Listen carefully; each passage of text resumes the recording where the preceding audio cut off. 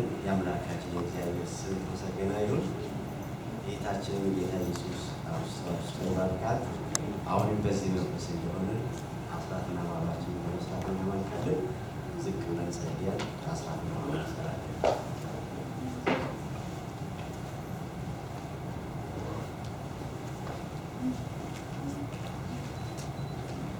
እግዚአብሔር ትልቅ ለትልቅነት የገናኘን ነው። ትናንትናም ዛሬም ለዘላለም አንተ ሸዳይ ነው። ክብር ሁሉ በዙፋኑ ላይ ለአንተ ብቻ ነው። እኛ ልጆች የእጅ ፍጥረት ከመስቀሌ በታች ራሶቻችንን ዝቅ እያደረግን ክብር ለሚገባው ክብርን እየሰጠን ስግደት ለሚገባው እየሰገድን ለሕይወታችን ንጉሥ ለሆንከው ለእግዚአብሔር በፊት ዝቅ ብለን እንሰግዳለን። ምስጋናችን ዙፋን ይገባዋል። ክብር ለአንተ ብቻ ነው። እግዚአብሔር እኛ ከምንለው ከምንገልጸው በላይ ነው። እንወድሃለን፣ እናከብርሃለን፣ እንገዛልሃለን። እግዚአብሔር የኔ አለቃ አንተ፣ ከአንተ ውጭ እኔን የሚገዛኝ ነገር ማንም ምንም ነገር የለም። የሁላችን አለቃ የሆንክ ባለቤት የሆንክ እግዚአብሔር ሆይ ዙፋን ለዘላለም ይባረክ። እግዚአብሔር ሆይ ወደንና ፈቅደን ማንም ሳያስገድደን ፍቅር ያስገድዶን በፊት አንተን ልናመልክ ዘንድ ተሰብስበናል።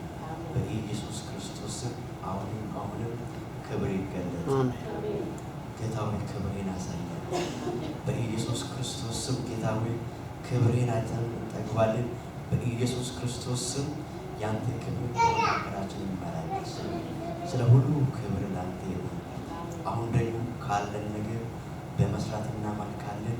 በኢየሱስ ክርስቶስ ስም የሚሰራው አስራትና ማባ በእውነተኛ በወንጌል ስፍራ እንዲሆን ዘንድ መልካም ፈቃድ ይሁን።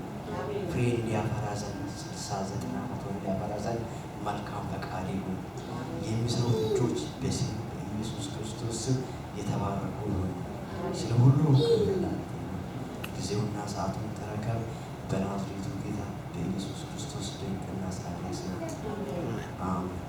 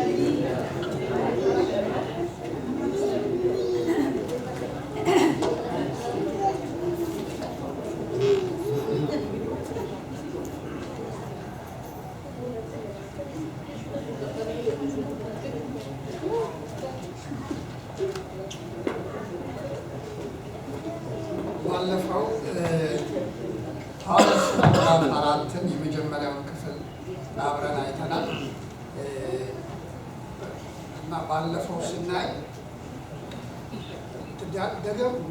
ደግሞ ደጋግሞ ይጠቀሳል እና ሐዋርያት በኃይል እግዚአብሔርን ወንጌል ሲሰብኩ እንደነበረ አይተናል እና የተለያየ ኃይል አይተናል እና የመናገርን ኃይል አይተናል። ወንጌልን የመስበክ ኃይል እና ወንጌልን ያለማቋረጥ ይናገሩ ነበር። ከዚህ የተነሳ ማለት የሌላው ኃይል ሁሉ ዓላማው ይሄ ነው፣ ወንጌልን መስበካቸው ነው። ወንጌል ደግሞ በተደጋጋሚ እንዳየ ነው እነ ጴጥሮስ እነ ጳውሎስ በጊዜው የነበሩት ሁሉ የሚሰብኩት ወንጌል እንዳያችሁ ሰዎች እንዴት የተሳካ ኑሮ በምድር ላይ መኖር እንዳለባቸው አይደለም። እሱ መልካም ቢሆንም ማለት ነው እና ወንጌል እሱ አይደለም።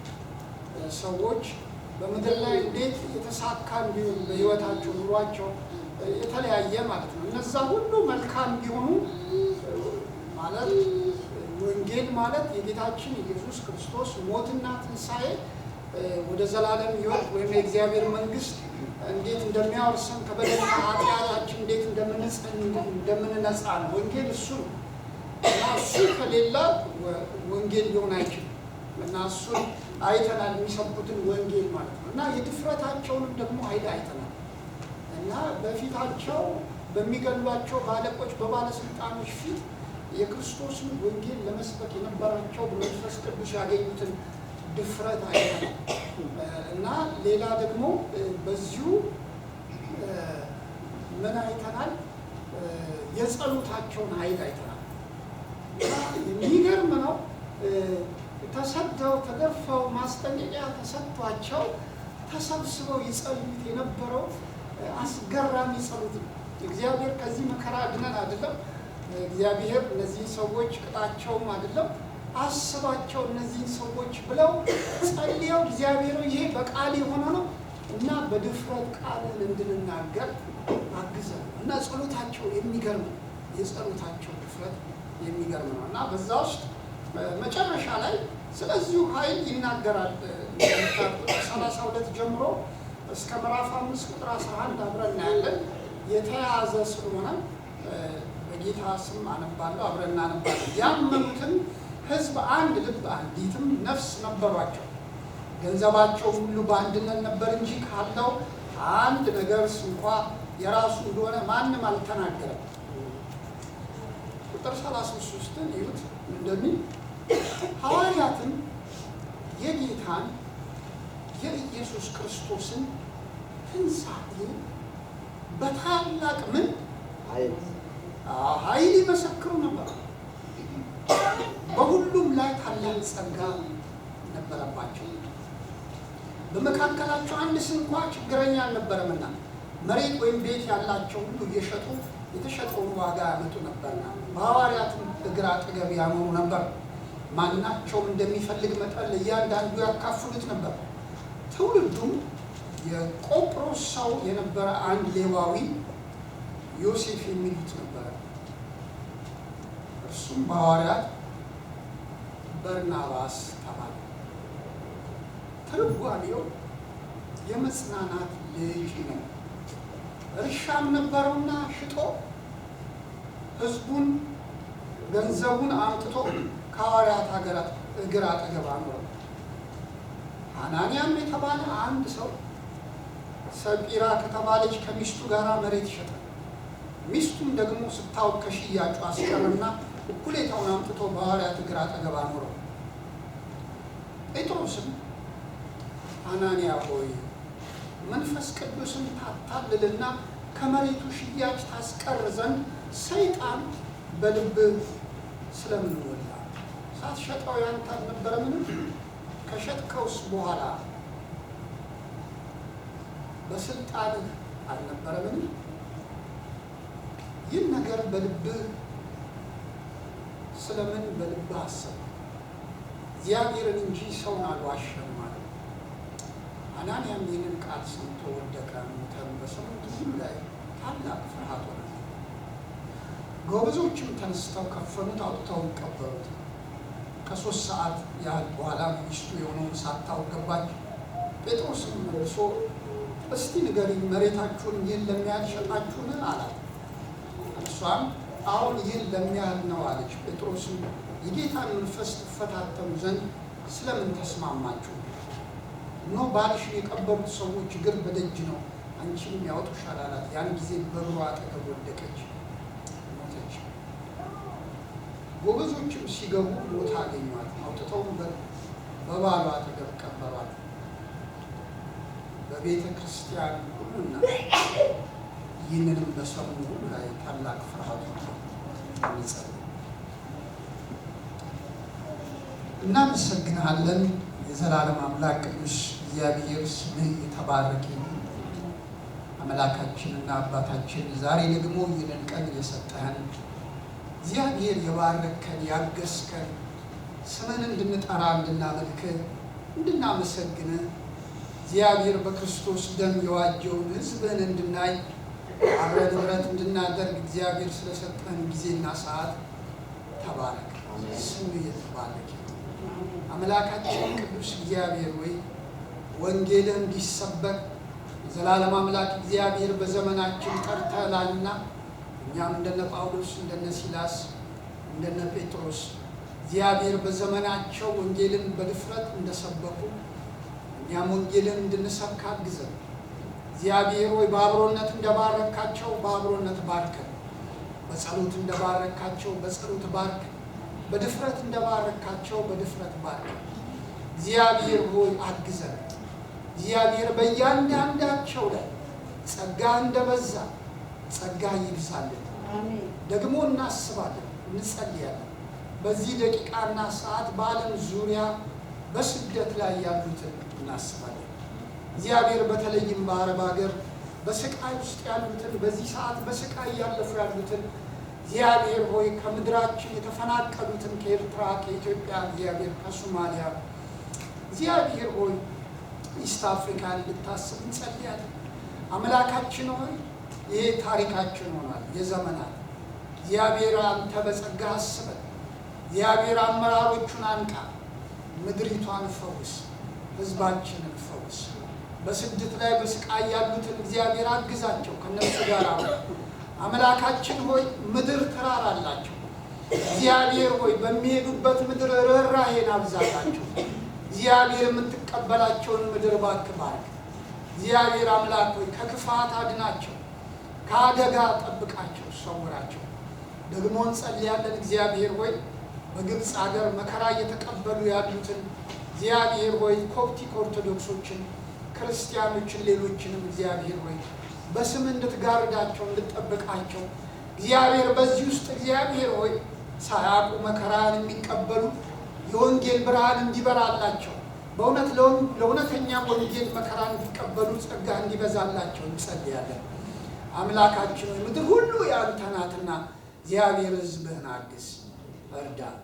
እኛን ደግሞ አግዘን ማስቀመጥከን ምድር ለሌሎች በጸሎት እንድንተጋ እግዚአብሔር ሆይ ለስምህ እንድንተጋ ወንጌልን እንድናካፍል ለሌሎች እንድንሰብክ አግዘን። ኅብረታችንን ባርክ፣ አብሮነታችንን ባርክ። መንፈስህ በመካከላችን ይታወቅ። በጌታ በኢየሱስ ክርስቶስ አሜን። እንዳየነው ባለፈው ተከታታይ እስከ ምዕራፍ 4 ድረስ መጀመሪያ 3000 ከዛ 5000 እና ምዕራፍ 4 እና 5 ላይ እንደውም መቁጠር አቁሞ ጸሐፊው ሉቃስ እንዴት እየበዙ እንደነበረ እና እየበዙም እንደሆነ ይነግረናል። በዚህ ውስጥ መብዛታቸው በቁጥር መጨመራቸው አስገራሚ ነው። ግን ደግሞ ይሄ ኃይል የጸሎት ኃይላቸውን አይተናል።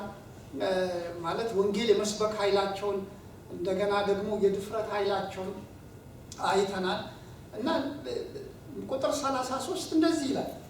ቁጥር 33 ነው ሐዋርያትም የጌታን የኢየሱስ ክርስቶስን ትንሣኤ በታላቅ ኃይል ይመሰክሩ ነበር።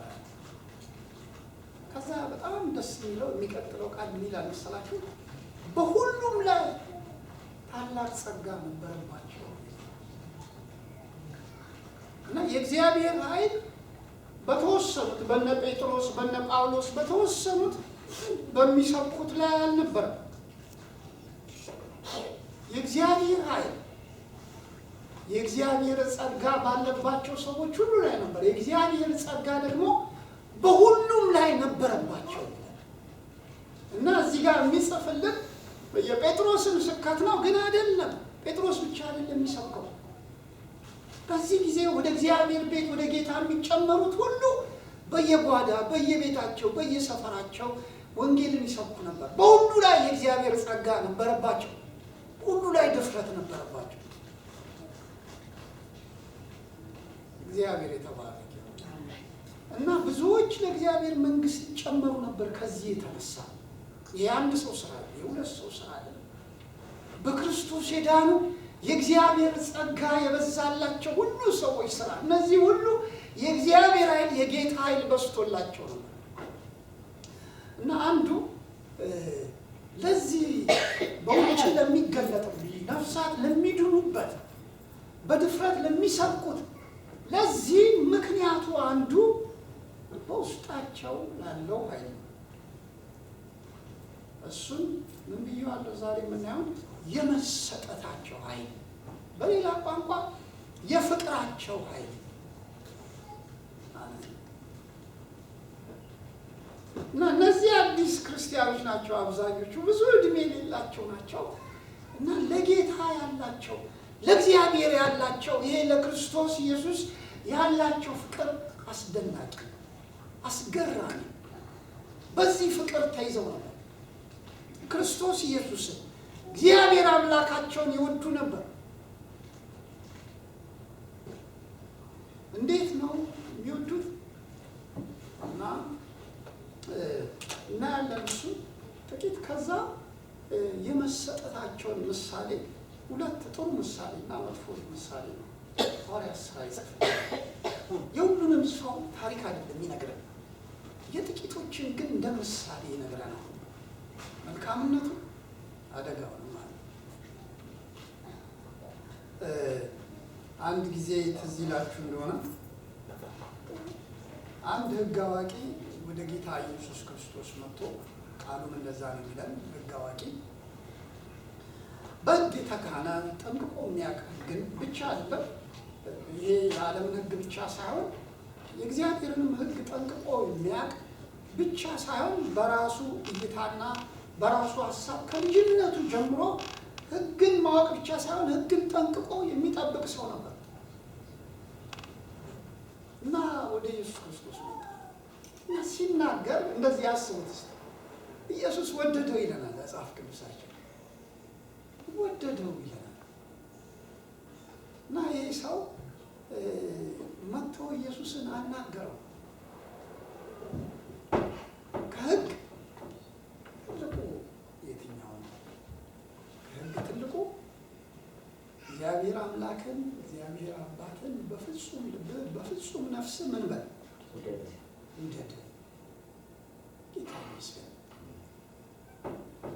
እግዚአብሔርን መውደድ፣ ጌታን መውደድ፣ ይህን የወደደንን እግዚአብሔር ያዳነንን እግዚአብሔርን ከኃጢአት ከሞት የታደገንን ይህንን እግዚአብሔርን መውደድ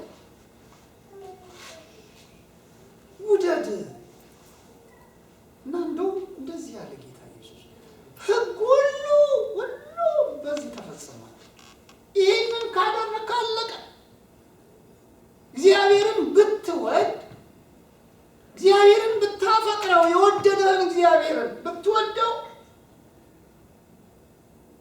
ስለሌላ ሕግ እንኳን መጨነቅ ያስፈልግ። ለምንድን ነው? እግዚአብሔርን የወደደ ሕግን ሁሉ ምን ብሏል? ፈጽሟል። ለምን? ፍቅር የሕግ ሁሉ ምንድን ነው? እሱ ፍጻሜ ነው። እና እነዚህ ሰዎች ይሄ የወደዳቸውን እግዚአብሔርን ወደውታል። እንደዚህ ይባላል በእንግሊዝኛ ፍቅር ሪስፕሮካል ይባላል። ማለት አንድን ምን ለማለት ነው? ፍቅር አንድን ሰው ስትወዱት የሚጠላችሁንም እንኳን ሪስፕሮካል ነው። ለፍቅር ይሸነፋል፣ ያ ሰው ይወዳችኋል ይባላል። ይሄ ለእግዚአብሔር ፍቅር እውነት ነው። እግዚአብሔር ጠላቶቹ የሆኑትን ገና ኃጢአተኞች ሳሉ ወደዳቸው። ከዛ እነዚህ ሰዎች መልሰው ወደዱት። ዮሐንስ ሲናገር እንዲህ ይላል፣ እኛ እንደወደድን አይደለም፣ ታሪኩ እንደሱ አይደለም። መጀመሪያ አንተ ምን እንዳልከን እንደወደድከን ነው እንጂ እኛ የፍቅር ምላሽ ነው። እነዚህ ሰዎች የፍቅር ምላሽ ነው። ጌታን ወደዱት። ግን ጌታን መውደድ እንዴት ይለካል?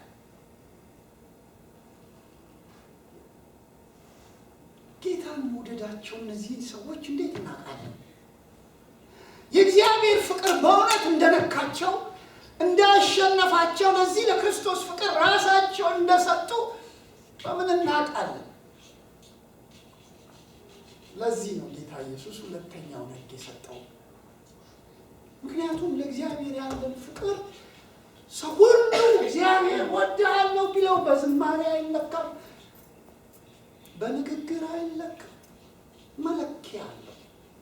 እና ኢየሱስ እንደዚህ ያለ አንድ ሕግ ነው ያለው፣ እሱም የፍቅር ሕግ፣ እሱም እግዚአብሔርን መውደድ። ግን ይሄ እግዚአብሔርን መውደድ አይለካም፣ እግዚአብሔር ስለማይታይ፣ እግዚአብሔርን ስለማንነካው፣ እግዚአብሔር መንገድ ላይ ስለማናየው፣ ታርዞ ተርቦ ስለማናየው። ግን ጌታ እንደዚህ ያለ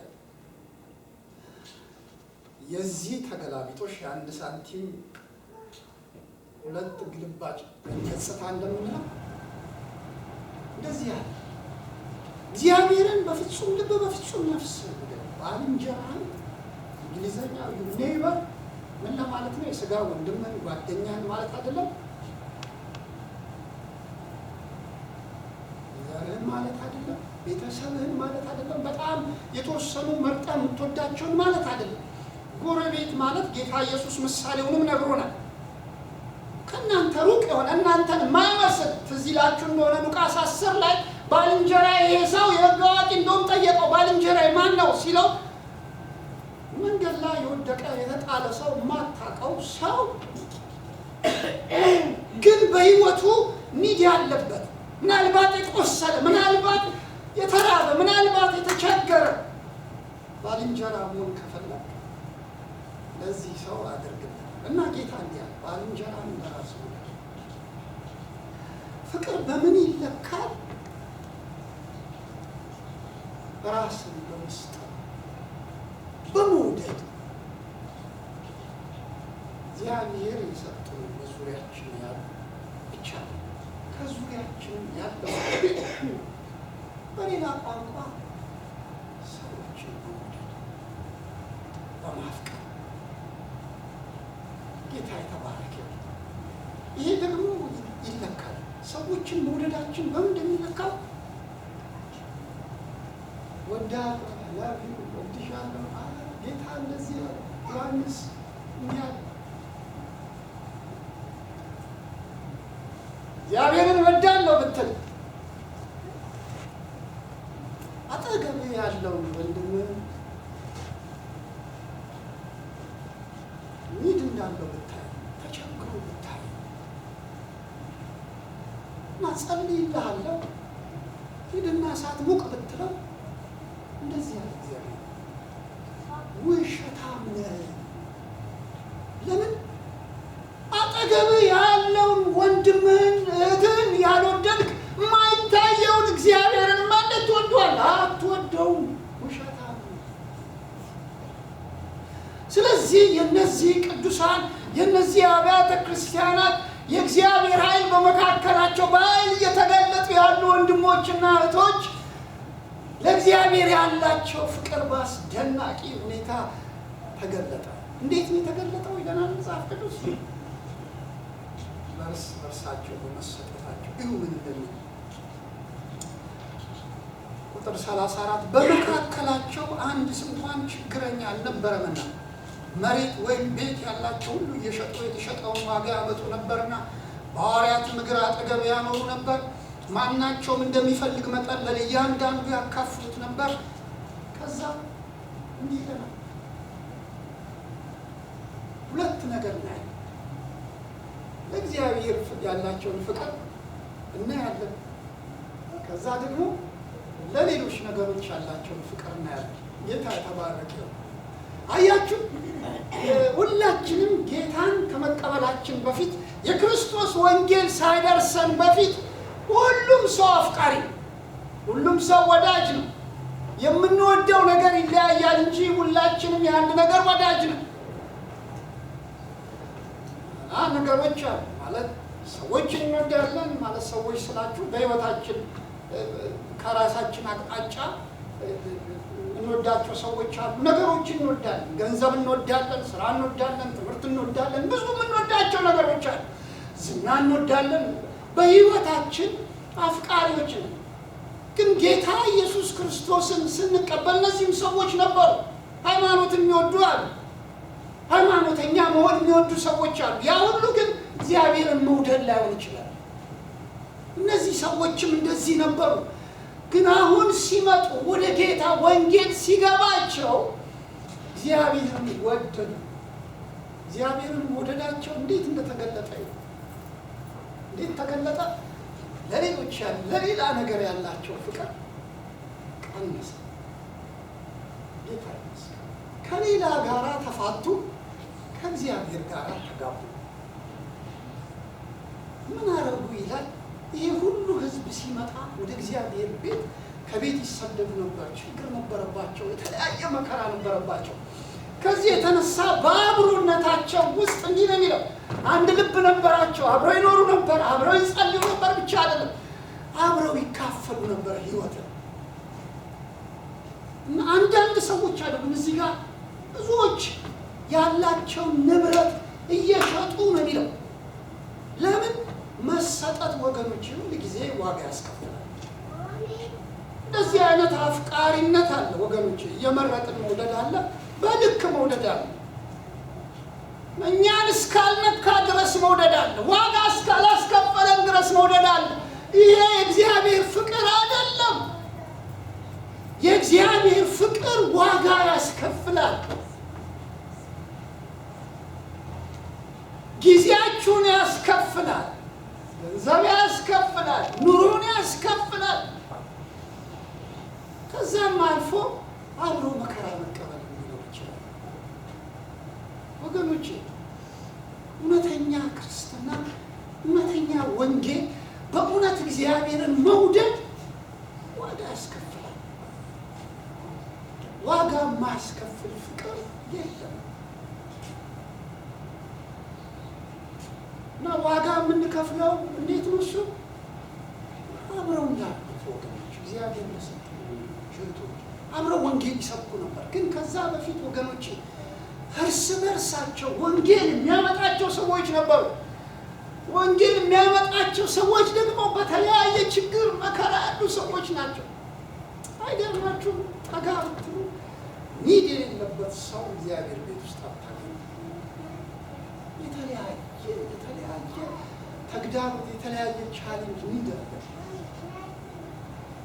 በዛ ውስጥ ድርሻችን ምንድን ነው? እግዚአብሔርን ስንወድ እንደሱ ነው የምናደርገው። ለዚህ ጳውሎስ ሁለት ምሳሌ ይነግረናል። አንደኛው በርናባስ፣ ሁለተኛው አናንያና ሰጲራ። ከዛ እንዲህ ይለናል፣ ትውልዱም የቆጵሮስ ሰው የነበረ አንድ ሌዋዊ ዮሴፍ የሚሉት ነበር። እርሱም በሐዋርያት በርናባስ ተባለ። ትርጓሜው የመጽናናት ልጅ ነው። እኛ ሁላችን ያው ዮሴፍን በዮሴፍነት እንደውም አናውቅም። ብዙ ጊዜ በበርናባስ ነው የምናውቀው። በርናባስ ግን ቅጽል ስሙ ነው። ሐዋርያት ሕይወቱን አይተው የሰጡት ስም ነው። በርናባስን በብዙ እናውቀዋለን። በጣም ትልቅ የእግዚአብሔር አገልጋይ ነው እና ለመጀመሪያ ጊዜ ከዚህ በኋላ የምናየው የት ነው? ምዕራፍ 9 ላይ ነው። ቁጥር 26 ጀምሮ ስታነቡ ሳኦል የሚባል አመፀኛ ሰው እንደምታውቁት የእግዚአብሔርን ቤተ ክርስቲያንን የሚያሳድድ ሰው እግዚአብሔር በመንገድ ላይ ተገናኘና ሕይወቱን ለወጠው። ሕይወታችሁ ሲለወጥ ጌታን ስትወዱት የምታሳድዱትን ሕዝብ ትወዳላችሁ። ታሪኩ ተገለበጠ። ምን እንዳደረገ ታውቃላችሁ? በእውነት እግዚአብሔር ሰውን ሲነካ፣ የእግዚአብሔር ፍቅር ሰውን ሲነካ እንደ ጳውሎስ እንሆናለን። ጳውሎስ ቅዱስ ቅዱሳንን ወደደ። የሚያሳድዳቸውን ሰዎች መፈለግ ጀመረ። ባይገርማችሁ እነሱ እንኳን ሪጀክት እያደረጉ እየጠረጠሩ ሳያምኑ በር አንኳኩቶ ኢየሩሳሌም መጣ ወደሚያሳድዳቸው ሰዎች። መጽሐፍ ቅዱስ እንደሚለው ታውቃላችሁ? ጌታን እንደተቀበለ ጳውሎስ በእውነት በወንጌል እንደተለወጠ አላመኑ። እነ ጴጥሮስ አላመኑበትም፣ እነ ዮሐንስ አላመኑበትም፣ እነ ያዕቆብ አላመኑበትም። መጽሐፍ ቅዱስ ምን ይላል መሰለህ? በርናባስ ግን አገኙ፣ እውነትም የመጽናናት ልጅ። ከዛ ምን ይላል መሰላችሁ? ከደቀ መዛሙርቱ ጋር አስተዋወቀው። በርናባስ ምን አይነት ሰው እንደሆነ አያችሁ? በርናባስ ሰዎች ስለ ሳውል የሚሉትን ትላንት የነበረውን ታሪክ አይደለም። በርናባስ እግዚአብሔር ወንጌል በሳውል ውስጥ ያደረገውን ስራ ለማየት ምን ማድረግ ነበረበት? ወደ ሳውል መጣ። ሳውል እነ ጴጥሮስም እንኳን ስለ ሳውል የሚያወሩትን አይደለም፣ ግን ወደ ሳውል ቀርቦ ወገኖች፣ እውነተኛ ፍቅር እንደዚህ ዋጋ ከፍሎ ሊያስረው ይችላል፣ ሊገለው ይችላል፣ ግን ያንን ሁሉ አልፎ ወደ ሳውል መጣና ታሪኩን ሰማ። እግዚአብሔር በሕይወቱ ያደረገውን ነገር ሰማ። ምን እንዳደረገ ታውቃላችሁ? አምጥተው ከነ ጴጥሮስ ጋር እግዚአብሔር በሕይወቱ የሰራውን ስራ ነገራቸው። ጌታ የተባረከ። በርናባስ እንደዚህ አይነት ሰው። ከዛ ትንሽ ደግሞ ሄዳችሁ ስታዩ ምዕራፍ 11 ላይ እንደዚህ ሆነ። አሕዛብ ወንጌልን ተቀበሉ። ለመጀመሪያ ጊዜ ለአይሁዶች ለኢየሩሳሌም አስቸጋሪ የሆነ አሕዛቦች የተቀላቀሉበት ብቻ አይደለም፣ አሕዛቦች የሚመሯት ቤተክርስቲያን አንጾኪያ የምትባል ተመሰረተች እና ቤተክርስቲያን ሰሙ። ስለዚህ ቤተክርስቲያን አምልኳቸው የተለየ ነው፣ ቋንቋቸው የተለየ ነው፣ ኑሯቸው የተለየ ነው። ግን ማን እንደላኩ ታውቃላችሁ? በርናባስ። ከዛ እንዲህ ይላል፣ በጣም ደስ የሚል ቋንቋ። በርናባስ ወደ አንጾኪያ መጥቶ አዘማመራቸው ጥያቄ የለውም፣ ይለያል። እንደ አይሁዶች አይደሉም፣ መልካቸው ይለያል፣ ብዙ ነገራቸው ይለያል። በርናባስ ግን መጥቶ ምን እንዳለ ታውቃላችሁ? በመካከላቸው የእግዚአብሔርን ጸጋ አየ። እግዚአብሔር ልክ በሳውል ውስጥ የእግዚአብሔርን ጸጋ እንደተመለከተ በአንጾኪያ ቤተክርስቲያን ውስጥ የእግዚአብሔርን ጸጋ አየ። ምን እንዳደረገ ታውቃላችሁ? ሳውልን ካለበት ቦታ ተርሴስ ሄዶ ፈልጎ አገኘ እና ጳውሎስን አልምናውቀው ወገኖቼ፣ ጳውሎስን ሊሆን የቻለው ከበርናባስ የተነሳ ወገኖቼ። ብዙ በርናባሶች የእግዚአብሔር ቤት ውስጥ ያስፈልጉናል። አንዴ ስሙ። ትላንት እግዚአብሔርን ያመልኩ የነበሩ፣ ትላንት ያገለግሉ የነበሩ፣ ትላንት ጌታን ስም ይጠሩ የነበሩ፣ በአክስተኛ ያጠሩ የነበሩ ዛሬ ወገኖቼ ሰው ሲጠፋ ቀስ ያለ ከእግዚአብሔር ሕዝብ መካከል እንደዛ ነው የሚታወቀው። ወገኖቼ ለእግዚአብሔር ያላችሁ ፍቅር እንደዚህ ነው የሚለካው። ለሰዎች ያላችሁ ዋጋ የመክፈል ፍላጎት፣ ሰዎችን ለማግኘት፣ አብሮ ለማምለክ፣ አብሮ ለማጥናት፣ አብሮ ህብረት ለማድረግ፣ አብሮ ወንጌል ለመስበክ ከዚህ ውስጥ የወደቁ ብዙዎች አሉ። እንዲህ አይነት ሰዎች ያስፈልጉናል። እንደ በርናባስ ሰዎችን ከጠፉበት ቦታ ካሉበት ደረጃ አብረው ሆነው የእግዚአብሔርን ጸጋ አይተው የሚመልሱ። በርናባስ ሳውልን አመጣው፣ በአንጾኪያ አቆመው። ዛሬ የምናውቀው ጳውሎስ እግዚአብሔር በበርናባስ ሕይወት ውስጥ ከሰራው ስራ የተነሳ ጌታ የተባረከ። ከዛ ታገኛላችሁ፣ ታሪኩ ያልቃል። ምዕራፍ 15 ላይ ስታገኙ ጳውሎስና በርናባስ እንደዚህ ሆነ። ምዕራፍ 15 ከጥቂት ቀንም በኋላ ጳውሎስና በርናባስ ያው ምዕራፍ 13 ይላችኋል። እግዚአብሔር ለጠራዋቸው ስራ ለዩልኝ አለ። በርናባስና ጳውሎስ ወጡ። ማለት ብዙ ነገር ማለት ይችላል እዛ ላይ። በርናባስ መሪ ነው ሲወጡ። ታሪኩ ሲጀምር እንዲህ ነው። በርናባስና ጳውሎስ። ለምን በርናባስ ነበር መሪ።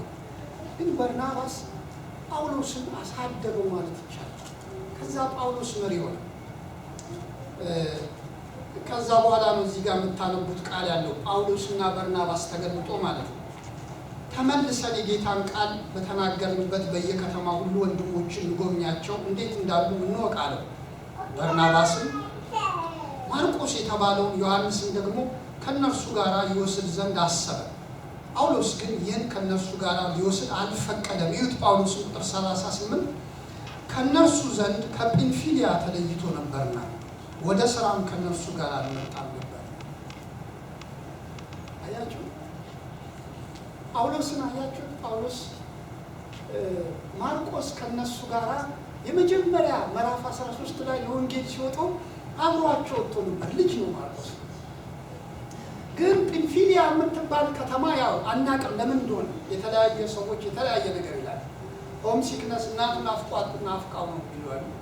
አንዳንድ ሰዎች እንደዛ ናቸው፣ ናፍቃቸዋል። እና አንዳንዶች ደግሞ ጳውሎስ ትዝ ይላችሁ እንደሆነ ወደ ገላትያ ሲናገር በህመም ገላትያ እንደሄደ ይናገራል። ገላትያ ጵንፊልያ ያለችበት አካባቢ ነው እና ማሌሪያ ይዞት ነበር ይላል። እና ማርቆስ ለዛን የተመለሰው ይላል። ለምንም ይመለስ፣ ግን እዚህ ጋር የምናየው ጳውሎስ ደስተኛ አልነበረም ጥሏቸው ስለሄደ ማለት ነው። ከዛ በርናባስን ግን አያቸው። በርናባስ ምን አለ? እኔ ማርቆስ ነው ይዘን እንሂድ።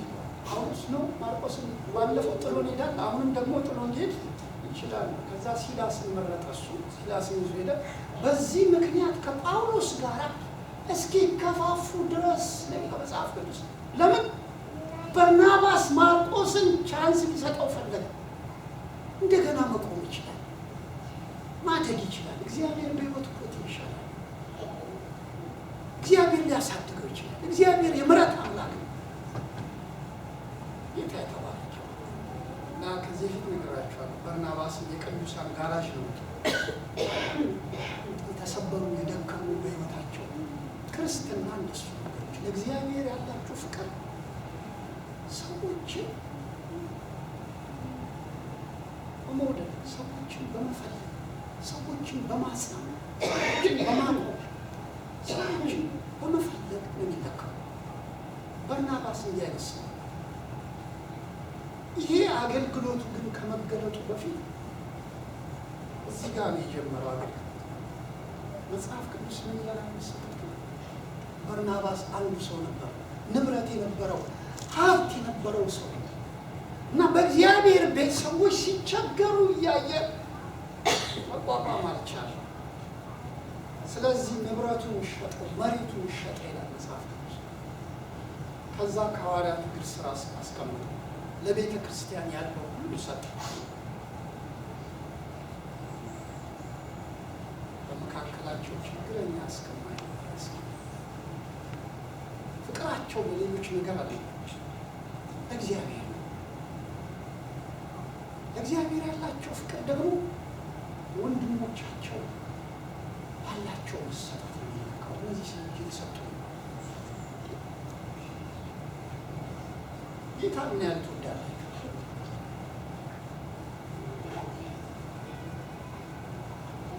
ሁለተኛው ምሳሌ እንደዚህ ነው።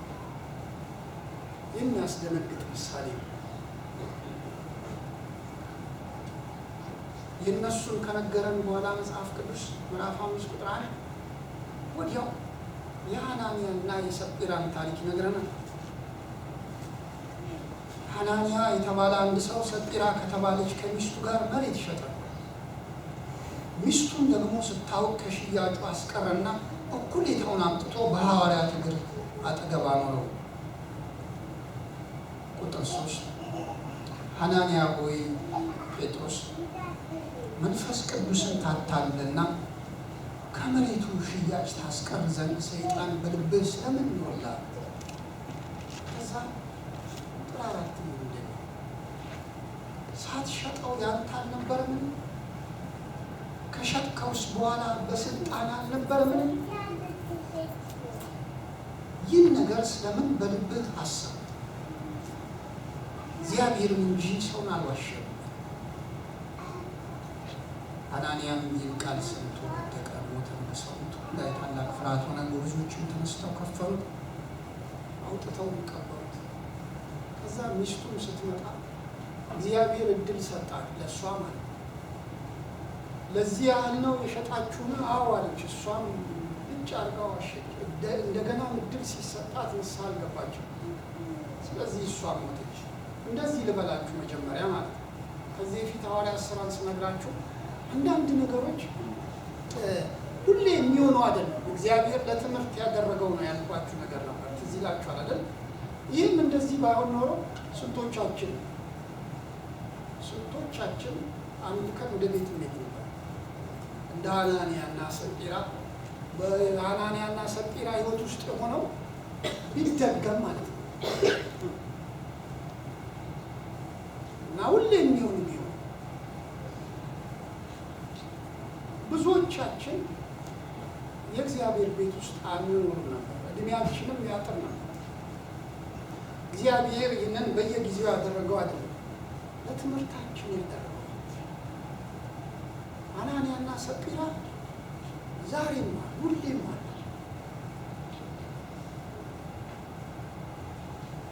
እና የሚገርማችሁ እነዚህ ሰዎች ስጦታ ሰጥተዋል። መስጠት ብቻ አይደለም፣ አስራት አይደለም የሰጡት። ከ10 እግዚአብሔር ከሰጣቸው ውስጥ አስራታቸውን አይደለም ለእግዚአብሔር ቤት ለእግዚአብሔር ወንጌል ስራ ይዘው የመጡት አስራት አይደለም። 20% ማለት ነው፣ 30% ማለት ነው የሰጡት፣ 50% ነው የሰጡት። ንብረታቸውን ሽጠው እኩሌታውን በሐዋርያት እግር ስር አስቀመጡ። አያችሁ፣ እግዚአብሔር ከመስጠታችሁ አለመስጠታችሁ አለ። በእውነት እግዚአብሔርን ትወዱታላችሁ። በእውነት እግዚአብሔርን የሚያመልኩ በእውነትና በመንፈስ ሊያመልኩት ይገባል። በእውነት ለእግዚአብሔር ወንጌል ስራ፣ ለእግዚአብሔር ሕዝብ ቤት፣ ለእግዚአብሔር ቤት፣ በእግዚአብሔር ሕዝብ መካከል ስላለው ህብረት ለወንጌል ስራ ምን ያህል ይገዳችኋል? እነዚህ ሰዎች እሱ አይደለም የገደዳቸው